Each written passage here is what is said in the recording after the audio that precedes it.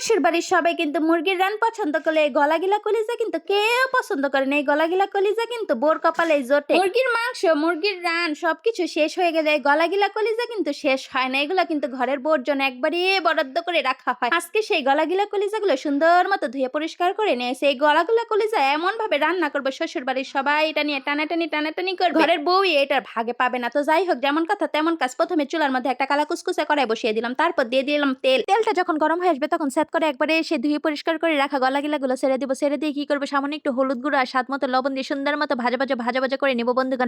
নাড়াচাড়া করে একবারে সুন্দর মতো ভাজা করে নেবেন। যখন দেখবেন সুন্দর মতো লাল হয়ে গেছে, একবারে সুন্দর মতো ভাজা হয়ে গেছে, তখন চুলা থেকে নামিয়ে নিব। সে একই তেলের মধ্যে দিয়ে দিব কতগুলো পেঁয়াজ কুচি, দিয়ে দিব এখানে কাঁচামরিচ, দিয়ে দিব শুকনো মরিচ, ঝালটা আপনাদের পছন্দ মতো এখানে দিয়ে দিবেন বন্ধু। তারপর কি করবো, তারপর কতগুলো ধনিয়া পাতাও দিয়ে দিতে হবে। দিয়ে সুন্দর মতো নাড়াচাড়া করে একটু ভাজা করে নেবেন। যখন দেখবেন সবকিছু সুন্দর মতো ভাজা হয়ে গেছে, পেঁয়াজটা একবারে দুর্বল হয়ে গেছে, তখন কিন্তু চুলা থেকে নামিয়ে নিতে হবে বন্ধুগণ। এভাবে একবার হলে আপনারা গলাগিলা কলিজা রান্না করে দেখতে পারেন। কখনো গলাগিলা কলিজা আপনার একার খেতে হবে না, আপনি নিজেই ভাগে পাবেন না। সবাই এটা নিয়ে এত বেশি টানাটানি শুরু করে দিবে বন্ধুগণ। যাই হোক, সুন্দর মতো ভাজা হয়ে গেলে তারপর চলে যাব পরবর্তী প্রসেসে। এখানে পাটাপোতার সাথে যুদ্ধ করতে চলে যাব বন্ধুগণ। প্রথমে এখানে কতগুলো কাঁচা জিরা দিয়ে দিলাম এখানে গোলমরিচ দিয়ে সুন্দর মতো বাটাবাটি করে নিব। তারপর এখানে দিয়ে দেবো পেঁয়াজ, শুকনো মরিচ, কাঁচামরিচ আর ধনিয়া পাতা, যেগুলো ভেজে রেখেছিলাম সেগুলো সুন্দর মতো একবারে বেটে নিতে হবে। আপনারা চাইলে কিন্তু এগুলো সুন্দর মতো ব্লেন্ড করে নিতে পারেন, কিন্তু আমার একটু আবার জোর বেশি, এজন্য আমি হাত দিয়ে সুন্দর মতো পাটাপোতা দিয়ে বেটে নিব। আপনারা তো জানেনই আমার মুখে যেমন জোর, আমার হাত পায়েও বেশি জোর। তো যাই হোক, সুন্দর মতো মশলাটা কিন্তু বেটে নিয়েছি। বাটাবাটি হয়ে গেলে তারপর কি করবো, তারপর চলে যাবো পরবর্তী প্রসেসে বন্ধু। চুলার মধ্যে একটা কালা কুসকুসে কড়াই বসে দিলাম। কড়াইয়ের মধ্যে দিয়ে দিব তেল। তেলটা গরম হয়ে আসলে সেই বেটে রাখা মশলাটাকে সেট করে একবারে ঢেলে দেবো। ঢেলে দিয়ে সুন্দর মতো নাড়াচাড়া করে একবারে সুন্দর মতো ভাজা করে নিতে হবে।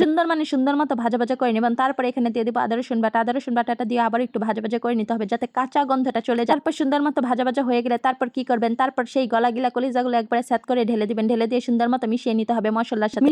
সুন্দর মতো মিশিয়ে নিতে হবে, একবারে সুন্দর মতো কষিয়ে নিতে হবে। সুন্দর মতো কষানো হয়ে গেলে এখানে স্বাদ মতো লবণও দিয়ে দিতে হবে বন্ধুগণ। লবণটা দিয়ে একবারে সুন্দর মতো কষিয়ে নিতে হবে, একবার ভালো মতো কষিয়ে নিতে হবে। যখন কষানো হয়ে যাবে তখন কি করবো, তখন এখানে সামান্য পরিমাণ পানি দিয়ে দিব সুন্দর মতো সিদ্ধ হয়ে যাওয়ার জন্য। তারপর ঢাকনা দিয়ে কিছুক্ষণ রান্না করে নেবেন। কিছুক্ষণ রান্না করার পর যখন দেখবেন তেল উপরে ভেসে উঠেছে, পানিটা একবারে সুন্দর মতো শুকিয়ে গেছে, তখন এখানে কতগুলা কুচি করে রাখা পেঁয়াজ কুচিও দিয়ে দিতে হবে সুন্দর মতো। দিয়ে এবার নাড়াচাড়া করে একবারে ভাজা করে নিতে হবে, যতক্ষণ পর্যন্ত পেঁয়াজটা একবারে নরম হয়ে যাবে ততক্ষণ ভেজে নেবেন বন্ধু। তখন দেখবেন পেঁয়াজটা একবারে সুন্দর মতো নরম হয়ে গেছে, তখন একটু 5 স্টার হোটেলের বড় শেফের মতো একটু নাসাকুদা করে নেবেন বন্ধুগণ। একবারে সুন্দর মতো নাসাকুদা করে নেবেন। তারপর চুলা থেকে নামিয়ে সুন্দর একটা বাটির মধ্যে পরিবেশন করে নেব। পরিবেশন করে গরম লুচি অথবা পরোটার সাথে একবারে সবার সামনে দিবেন। দেখতে যেমন সুন্দর হয়েছে, খেতেও কিন্তু অনেক বেশি মজার হয়েছিল। তো যাই হোক, আজকের মতো এই পর্যন্ত। ভিডিওটি ভালো লাগলে সবার সাথে শেয়ার করে দেবেন, লাইক কমেন্টস ফলো দিতে কিন্তু একটু ভুলবেন না। আর অবশ্যই কিন্তু বাসায় একবার হলেও ট্রাই করবেন। আল্লাহ হাফেজ।